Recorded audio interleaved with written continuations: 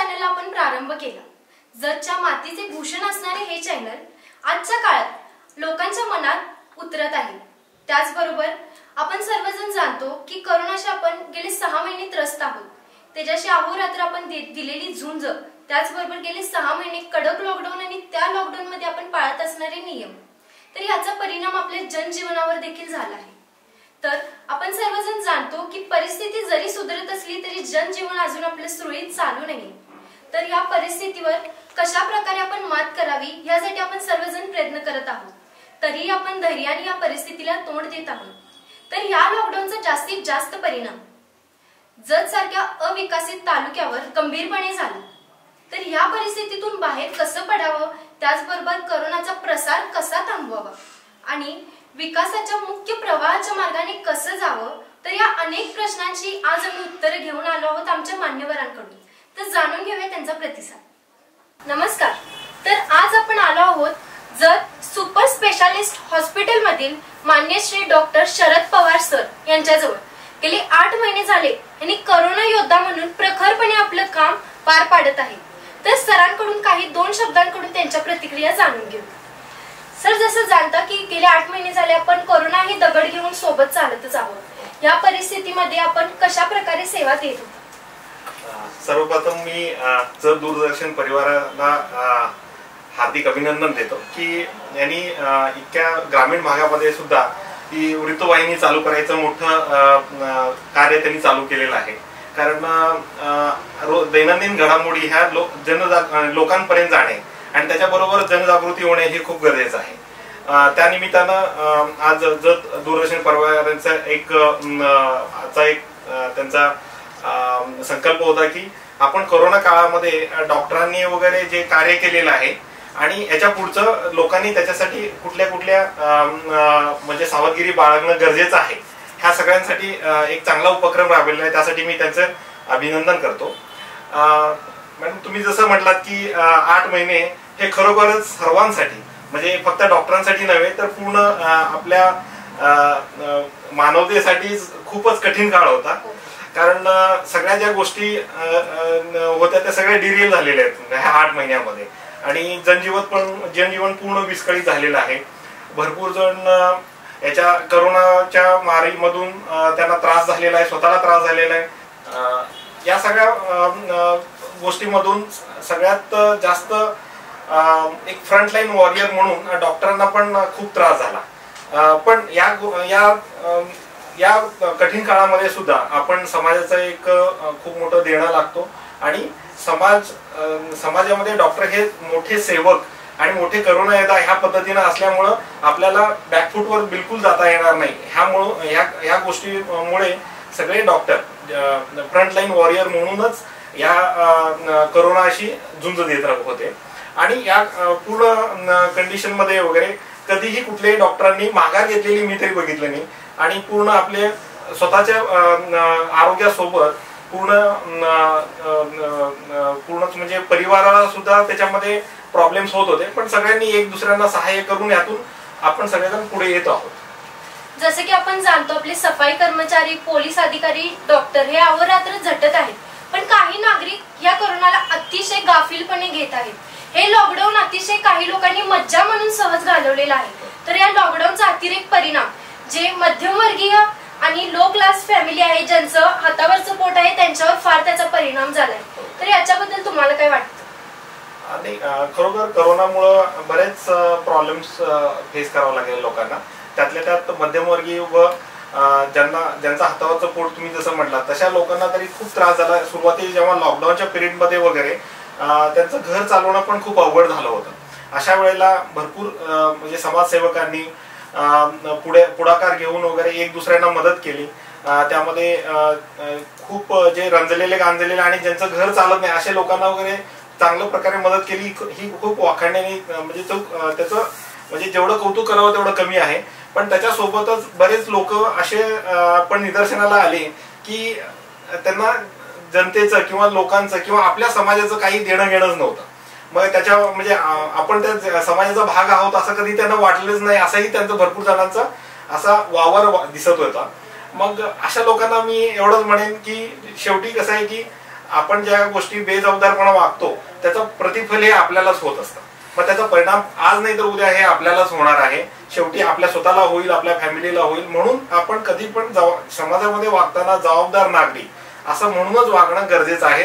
त्याच्यामध्येच आपल्या समाजाचं, आपल्या देशाचं हित आहे. जसं की आपण जाणतो अनेक विकसित शहरे आहेत, तिथे कोरोनाग्रस्त नागरिकांशी आपण पीपी किटनेच संवाद साधत होतो.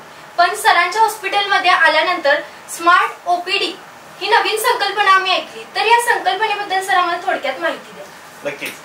ऍक्च्युली कसं होतं की पीपी किट मध्ये डॉक्टर हा पूर्णपणे झाकलेला असेल, चेहरा पण दिसत नाही, किंबहुना डोळे पण दिसणार नाही, आपण कोणाशी संवाद साधतो हेही समजत नाही. तर त्यामुळे तो डॉक्टरांना भेटल्याचा फील, त्यांच्याशी बोलल्याचा फील आणि आपल्या पूर्ण प्रॉब्लेम्स वगैरे डॉक्टरांसोबत आपण चर्चा केली, याचं समाधान बिलकुल मिळत नव्हतं. तर अशा वेळेला म्हणजे एक संकल्पना म्हणजे माझ्या आणि डॉक्टर प्रिया पवार ज्या मिसेस आहेत त्यांनी सांगितलं की आपण काहीतरी थोडा आपलातून याच्यातून मार्ग काढायला पाहिजे, जेणेकरून पेशंटला हॉस्पिटलला आल्यानंतर त्यांचा ते पूर्ण समाधान होणं गरजेचं आहे. म्हणजे जेणेकरून त्यांचे सगळे पूर्ण समस्या ते आपल्याला सांगतील आणि आपण त्यांचं पूर्ण निरसन करू. मग त्यासाठी आपण टेक्नॉलॉजीचा वापर करणं गरजेचं आहे. याच्यामध्ये महत्वाचं म्हणजे आपण पेशंटशी फिजिकल बॅरियर राहणं आणि त्यांचा संपर्क कसं कमी करता येईल हे ह्याच्याकडे आपलं प्रामुख्याने लक्ष होतं. त्यामुळं आपण एक स्मार्ट ओपीडी एक संकल्पना राबवली, जेणेकरून आपली डे टू डे जी ओपीडी आहे त्याच्यामध्ये कुठंच म्हणजे व्यत्यय येणार नाही आणि ती सुरळीतपणे चालेल. आणि पेशंट आल्यानंतर त्यांचे जे काही प्रॉब्लेम्स आहेत क्लिअरली बोलतील आणि ते आपण ऐकू आणि आमचे जे म्हणजे आम्ही त्यांना जे ट्रीटमेंट सांगू किंवा त्यांचं निरसन करू ते पण त्यांना व्यवस्थितपणे आत्मसात करता येईल. काही नाही. पलीकडे श्वास घ्या, इकडे करा. जेवलं की नाही दुपारी?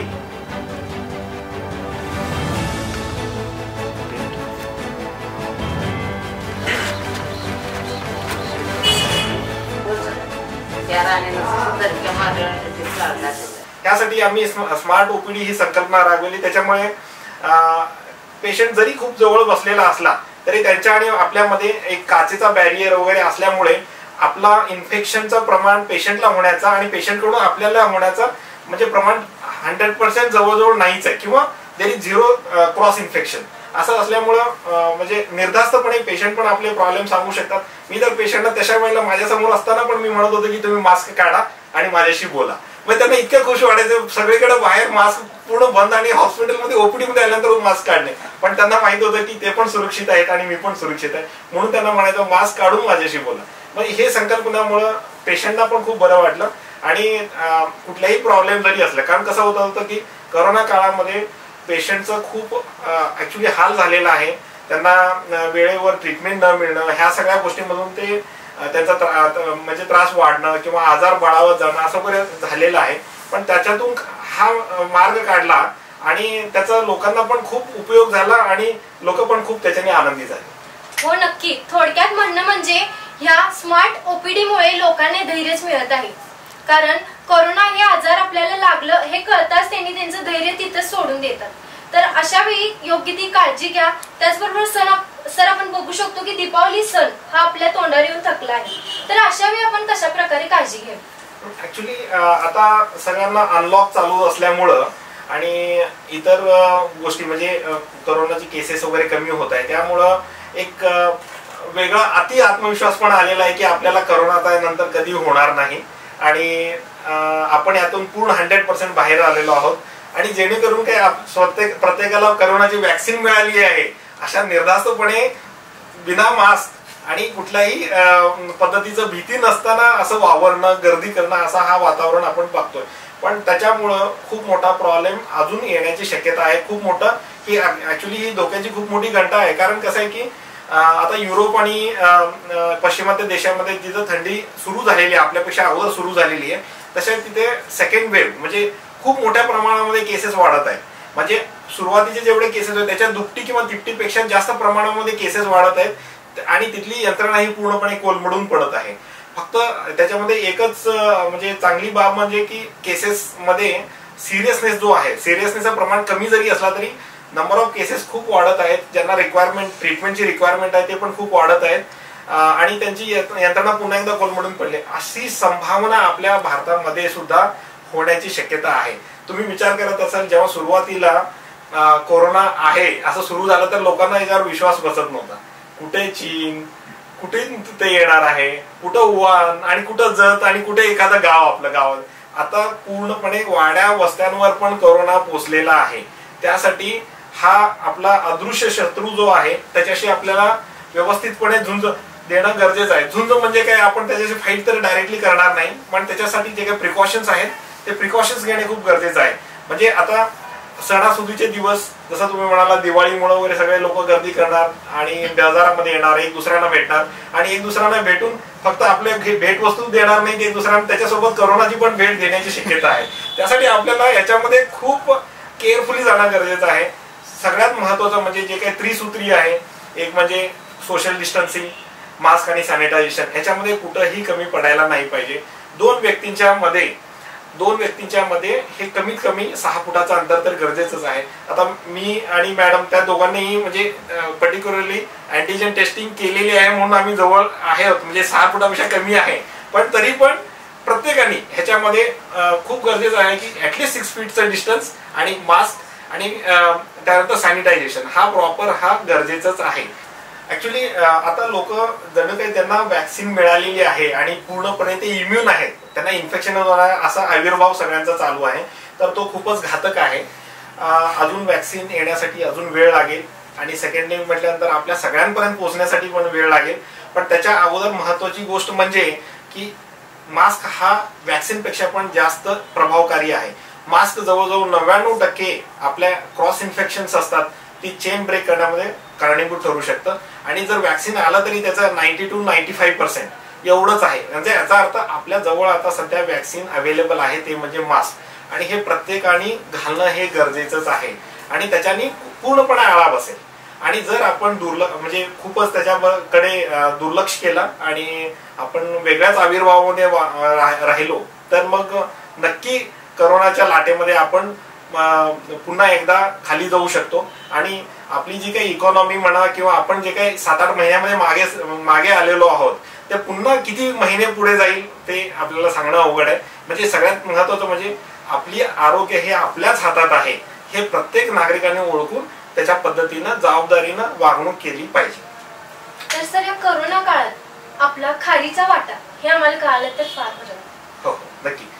ऍक्च्युली सुरुवातीला कोरोना रिलेटेड केस आयडेंटिफिकेशन, कारण आपण बघितलं असाल की सुरुवातीच्या फेजमध्ये प्रत्येक केस आयडेंटिफाय होणं आणि ट्रेस होणं हे खूप महत्वाचं होतं, जेणेकरून केसेस वाढत जाऊ नये, एकापासून खूप वाढत जाऊ नये. या कंडिशनमध्ये कसं होत होतं की त्यांचे लक्षणं ओळखणे, करोनाचे लक्षणं ओळखणे आणि त्यांना टेस्टिंगसाठी आग्रह करणे, कारण टेस्टिंग करणं खूप गरजेचं आहे. बऱ्याच जणांना त्याला रिलक्टन्स असायचा किंवा नकोय आम्हाला टेस्टिंग, आम्ही दुसरं ट्रीटमेंट घेतो, आम्हाला करोना नकोच आहे टेस्टिंग. कारण त्याच्यासाठी एक सोशल स्टिग्मा टाईपमध्ये जो काही तयार झाला होता, करोना पॉझिटिव्ह म्हटलं तर मग त्यांनी खूप मोठा अपराध केलाय असा एक म्हणजे वर्तुळ तयार झाला होता, तो खूपच चुकीचा आहे.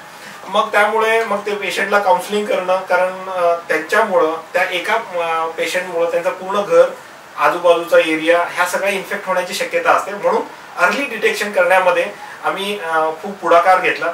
कुठलेही करोना रिलेटेड म्हणजे सिम्पटम्स असतील तर त्यांना आयडेंटिफाय करणं, इमिजिएट टेस्टिंग करणं, आयसोलेशन करणं आणि ह्याच्याने खूप मोठा आळा बसतो. तो इनिशियल पार्टमध्ये केला. आणि सेकंड पार्टमध्ये जेव्हा केसेस खूप वाढत होत्या, जेव्हा पेशंट्सला म्हणजे ऍडमिट होण्यासाठी बेड्स मिळत नव्हते, पेशंटला रक्तातलं ऑक्सिजन प्रमाण खूप कमी होऊन सिरियस होणं, दगावणं असं वगैरे खूप वाढायला लागलं, तेव्हा आम्ही सगळ्या डॉक्टरांनी आणि IMS जत म्हणजे इंडियन मेडिकल असोसिएशन जत आणि बाकी सगळे डॉक्टरांनी मिळून एक कोविड सेंटर, एक मोठं कोविड सेंटर आम्ही जतमध्ये चालू केलं. त्याच्यामध्ये प्रशासनाचं पण आम्हाला चांगलं सहकार्य मिळालं. त्याच्यामध्ये आम्ही 100 बेडचं हॉस्पिटल तयार केलं आणि ते पण खूप कमी काळामध्ये 10 दिवसामध्ये आम्ही म्हणजे टोटल 100 बेड, त्याच्यामध्ये 50 बेड ICU असं हॉस्पिटल आम्ही तयार केलं. त्याच्यामध्ये आमचे सगळे जे काही सहकारी डॉक्टर्स वगैरे सगळ्यांनी खूप मोठं रात्रंदिवस आम्ही म्हणेन की आम्ही एक दुसऱ्याने इतकं कॉपरेट केलं की दिवस रात्र आम्हाला माहित नव्हतं. 10 दिवसामध्ये 100 बेडचं हॉस्पिटल आम्ही रेडी केलं आणि ज्या दिवशी आम्ही डिसिजन घेतला त्याच्या 10व्या दिवशी आम्ही तिथं पेशंट ऍडमिशन पण चालू केले आणि याच्यामुळं प्रशासनावरचा आणि एकंदरीत सरकारी दवाखान्यावरचा वगैरे जो काही लोड होता तो पूर्ण कमी झाला. ते एकदम रिलॅक्स झाले. पेशंटना पण इमिजिएटली जागा उपलब्ध व्हायला लागली. कारण मिरर सांगली गेले, तिथं बेड नाही, पेशंट रस्त्यामध्ये मरतोय, ॲम्ब्युलन्स मध्ये मरतोय, हा पूर्णपणे जो काही पिक्चर होता तो कमी झाला. त्यामुळं लोक पण खूपच आनंदी झाले आणि तिथे कमीत कमी पैशामध्ये पण म्हणजे पेशंटना दुसरा काय प्रॉब्लेम होत होता कोविड रिलेटेड म्हटलं तर ऍडमिट झालं, ट्रीटमेंट झालं आणि भला मोठा त्यांचा म्हणजे बिल व्हायचं. त्यामुळे त्यांचं खूप मोठा प्रॉब्लेम व्हायचा. त्याच्यामध्ये पण आम्ही तिथं खूप मदत केली. कमीत कमी म्हणजे रेट्स मध्ये वगैरे पेशंटना करोनाची ट्रीटमेंट तिथे कितीही सिरियस पेशंट असला तरी आम्ही दिलेली आहे. चांगलं पेशंट केअर केलेलं आहे. भरपूर आयडियल केसेस आम्ही तिथे ट्रीट केले. जे काही पेशंट त्या कंडिशन बाहेर येऊ शकणार नाही असे केसेस पण आम्ही चांगल्या रीतीने आणि ते पण कमीत कमी म्हणजे रेट्स मध्ये आम्ही इथं ट्रीटमेंट केल्याचं खूप आम्हाला समाधान आहे. हो, जसं की आपण बघू शकतो की डॉक्टर, सफाई कर्मचारी, पोलीस आदी यांच्या माणुसकीमुळे अमेरिका, जपान, चीन, जर्मनी यांची हॉस्पिटल सेवा आपल्यापेक्षा जास्त आहे.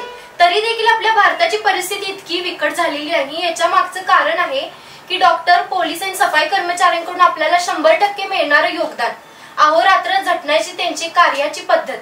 तर ह्या सर्वांना अनुसरून कृपया करा आणि स्वतःची काळजी घ्या. प्रिपरेशनचा वापर करा. त्याचबरोबर सोशल डिस्टन्सिंग ठेवा आणि घरी राहा आणि आणखीन बातम्या पाहण्यासाठी GDP चॅनल बघत राहा. सर्वांना नमस्कार. मी doctor Sharad Pawar, consultant physician and intensivist, Jat super speciality hospital Jat. JDP Marathi news चॅनलच्या सर्व प्रेक्षकांना दीपावलीच्या हार्दिक शुभेच्छा. JDP मराठी आपल्या मातीचं भूषण खूप छान टॅगलाईन आहे आणि त्यांनी खूप चांगला उपक्रम चालू केलेला आहे. वृत्तवाहिनी चालू केली जतमध्ये, जेणेकरून आपल्या सगळ्या दैनंदिन घडामोडी तुमच्यापर्यंत वेगवानरीत्या पोहोचवण्यासाठी त्यांनी एक महत्कार्य चालू केलेलं आहे. त्याच्यासाठी माझ्याकडून त्यांना खूप खूप शुभेच्छा आणि उत्तरोत्तर या चॅनलची प्रगती होत जावो आणि याचे प्रेक्षक दिवसेंदिवस वाढत जावो अशी मी आशा करतो. धन्यवाद.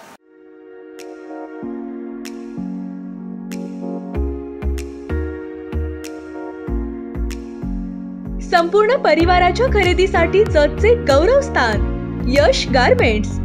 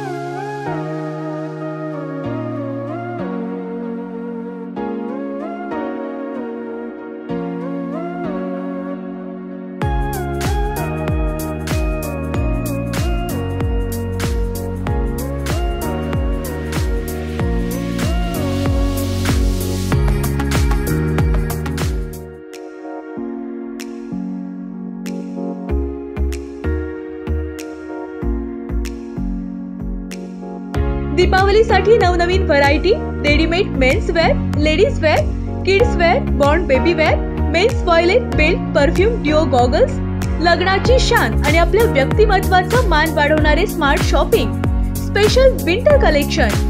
नक्की या आपल्या फॅमिली सोबत यश गारमेंट मध्ये आणि करा आपली दीपावली स्पेशल.